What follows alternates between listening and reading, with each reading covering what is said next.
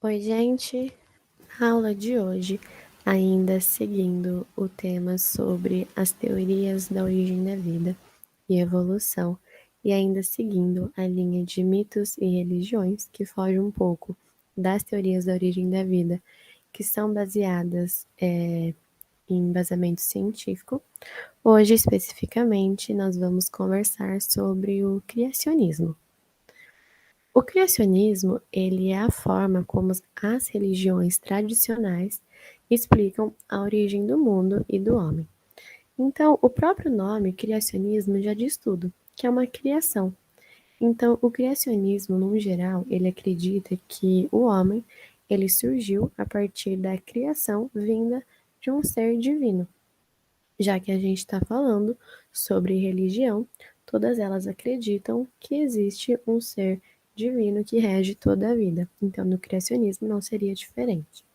Mas, ao contrário do que muita gente pensa, o criacionismo ele não é baseado somente no cristianismo. Existem outras versões do criacionismo, como por exemplo, existe o criacionismo na mitologia grega e na mitologia chinesa.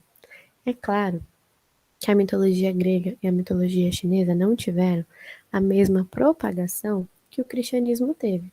Hoje em dia, é óbvio que você vai encontrar alguém que acredita no criacionismo na visão do cristianismo. Mas hoje em dia, talvez você não encontre alguém que acredite no criacionismo na visão da mitologia grega ou na visão da mitologia chinesa. E a prova da diferença de propagação que teve cada uma delas é que tanto a mitologia grega como a mitologia chinesa, elas são tratadas como mitologia, ou seja, um mito, uma história que tem um caráter simbólico, que se propagou de geração em geração, mas que não ganhou uma força para ser tratada como uma verdade, como o cristianismo é tratado. É claro que o cristianismo não tem um embasamento científico, não é comprovado cientificamente. Por isso que, cientificamente, ou seja, biologicamente falando, não se acredita no criacionismo, se acredita na evolução e tudo aquilo que a evolução traz. Mas o criacionismo, dentro do cristianismo, ele tem uma palavra muito forte. É muito difícil de você chegar para um cristão e aplicar nele a evolução e esperar que ele acredite fielmente nisso. A crença dele, a fé que ele tem e tudo aquilo que foi passado através do cristianismo é muito mais forte do que o embasamento científico. É o que a gente vê como senso comum nos dias de hoje. Mas agora a gente vai destrinchar um pouquinho de cada uma dessas vertentes para entender como o criacionismo ele é aplicado em cada uma delas. Na mitologia grega, a origem do homem ela é atribuída ao feito dos titãs. Se você sabe um pouco sobre mitologia grega, você sabe que os deuses gregos que a gente conhece, como por exemplo Hades, Poseidon, Afrodite, eles são originados dos primeiros seres viventes, que eram os titãs, de extremo poder. Os titãs Epimeteu e Prometeu foram os responsáveis pela origem da vida na mitologia grega. Epimeteu ele teria criado o primeiro homem a partir de um molde de barro. Só que esse primeiro homem, ele era sem vida e ele era imperfeito.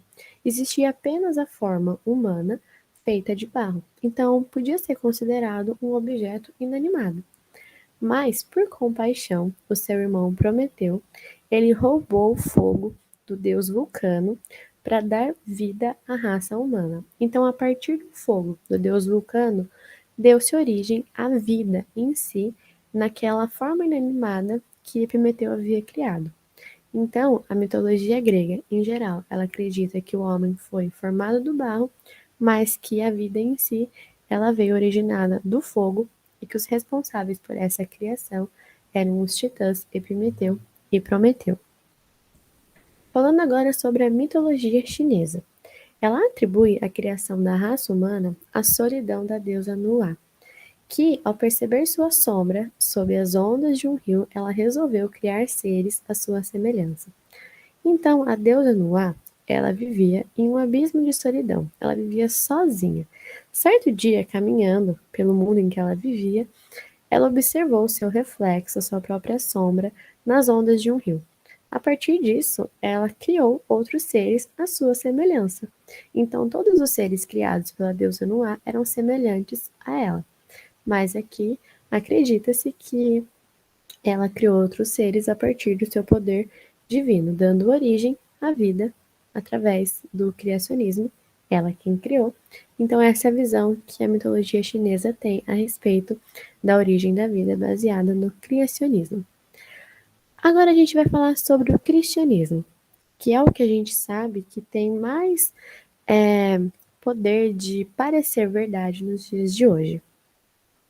Então, o cristianismo, ele adota a Bíblia como fonte explicativa sobre a criação do homem. A Bíblia é o livro adotado pelo cristianismo e eles dizem que a Bíblia ela é escrita por homens, ela foi escrita por homens, mas que cada um deles foi inspirado diretamente por Deus. Então a Bíblia, ela é um livro em que eles acreditam fielmente, já que eles acreditam que a inspiração ela foi divina, foi de Deus. E como que o criacionismo ele está relatado na Bíblia?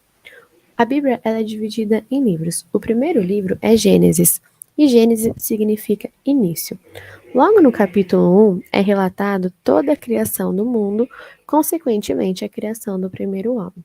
Então, no primeiro capítulo, é relatado que Deus criou o céu e a terra, a luz, que ele separou as luzes das trevas, criou as águas, criou as plantas, criou os astros, criou os animais e, por fim, criou o homem e a mulher. E no final, Deus descansou.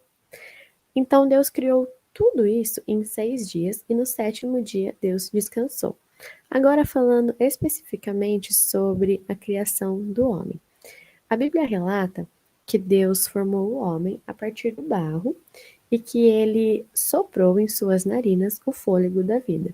Então, do barro foi feito primeiro a forma do homem e que Deus, com um sopro divino, deu a vida para esse objeto também inanimado.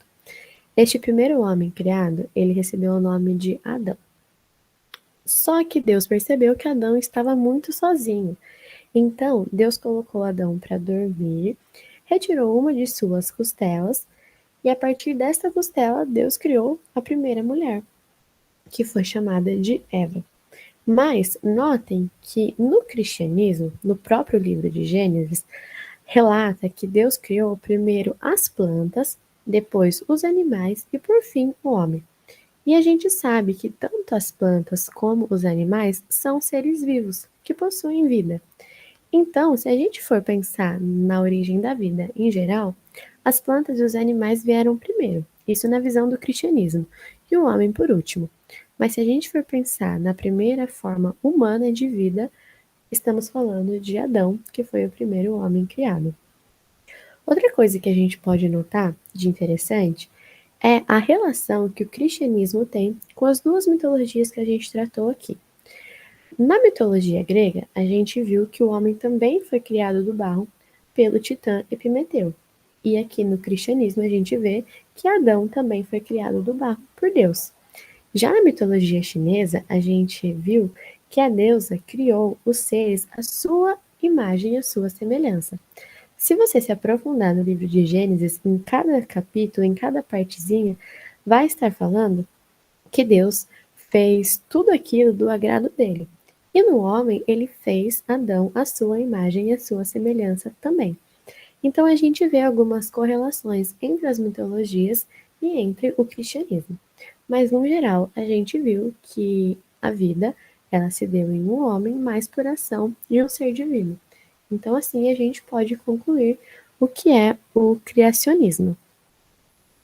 Agora, como método de fixação de todo esse conteúdo que foi tratado, a gente vai resolver alguns exercícios. Exercício 1.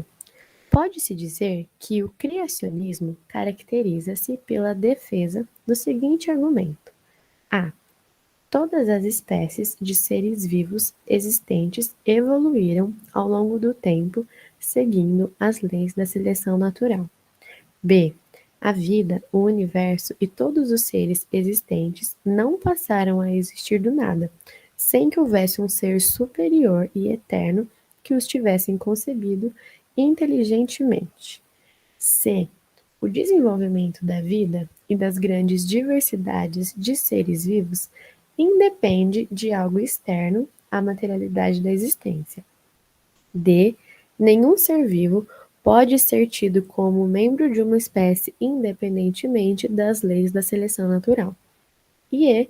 Richard Dawkins, zoólogo britânico, contribuiu atualmente para o endosso do criacionismo, haja vista que acredita na existência de uma lógica sobrenatural no curso da vida na Terra. Parece uma pergunta complexa, né? Mas a resposta é a letra B. Olha o que a letra B fala: que a vida, o universo e todos os seres existentes não passaram a existir do nada. Então, eles não podem ter surgido do nada sem que houvesse um ser superior e eterno que os tivesse concebido inteligentemente. Então, essa alternativa, ela diz que nada, nenhuma forma de vida, nem o universo poderia existir do nada sem que existisse um ser divino concebendo a vida a eles. E a pergunta era: pode-se dizer que o criacionismo caracteriza-se pela defesa do seguinte argumento. Então, esse argumento, ele está claramente se referindo ao criacionismo. Vamos passar para a pergunta 2. Era da Unesp.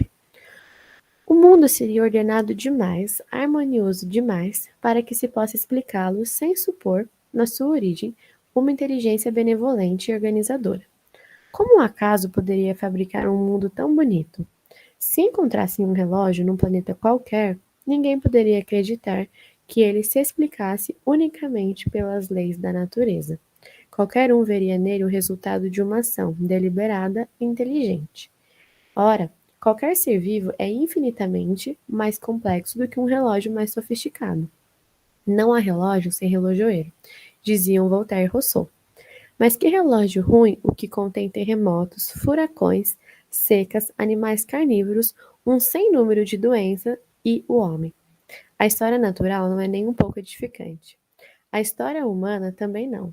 Que Deus após Darwin? Que Deus após Auschwitz?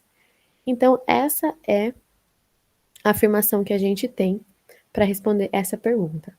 Sobre os argumentos discorridos pelo autor, é correto afirmar que a existência de Deus é defendida mediante um argumento de natureza estética em oposição ao caráter ideológico e alienante das crenças religiosas. B.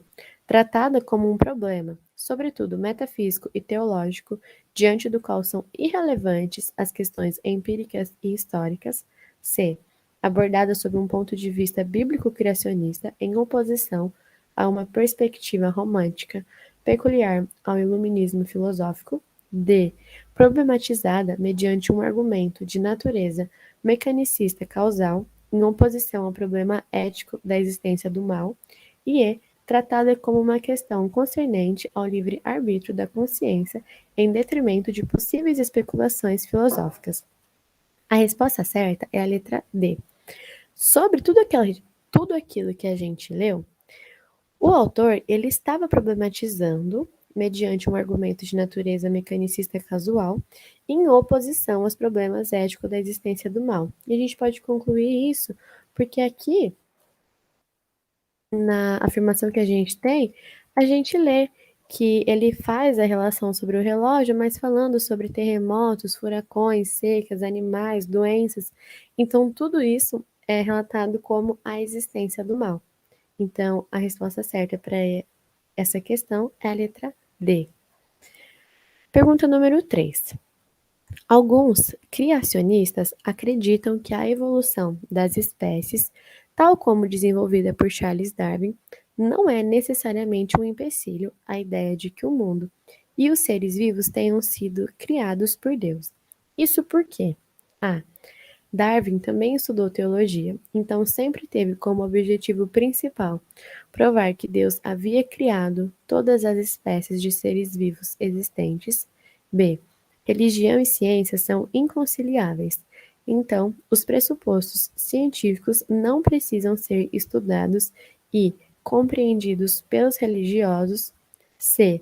A doutrina da criação não ignora postulados científicos prováveis. apenas rejeita doutrinas ideológicas e filosóficas como o materialismo e o ateísmo. D. Darwin concebeu a teoria da evolução das espécies por meio de uma revelação divina. E E. Nenhuma das alternativas. A resposta certa para esta questão é a letra C. A doutrina da criação, ela não ignora postulados científicos prováveis. O que isso quer dizer? Que os criacionistas, aqueles que acreditam na criação por um ato divino, eles não ignoram totalmente o embasamento científico que as teorias têm, as demais teorias. A criação, e toda a teoria que ela traz, ou seja, o criacionismo e toda a crença que os criacionistas trazem, eles rejeitam doutrinas ideológicas e filosóficas, ou seja, doutrinas que viriam a mudar os hábitos deles, a crença, tudo aquilo que eles acreditam que é o certo a se fazer, além deles rejeitarem o materialismo, que é a fixação em coisas materiais, porque principalmente para os cristãos, o que importa não é nada material que a gente tem aqui no mundo, mas sim a nossa alma. E eles também rejeitam o ateísmo, que é a não crença de um ser divino, ou seja, é você não acreditar que o mundo foi criado por Deus ou que existe um ser divino que rege toda a forma da vida. Então, só retomando a questão, que alguns criacionistas acreditam que a evolução das espécies, dita por Charles Darwin, não é necessariamente um empecilho à ideia de que o mundo e os seres vivos tenham sido criados por Deus. Isso porque a criação ela não ignora embasamentos científicos, ela só rejeita doutrinas ideológicas e filosóficas, como o materialismo e o ateísmo. Pergunta 4. É correto dizer que, além da tradição judaico-cristã, A.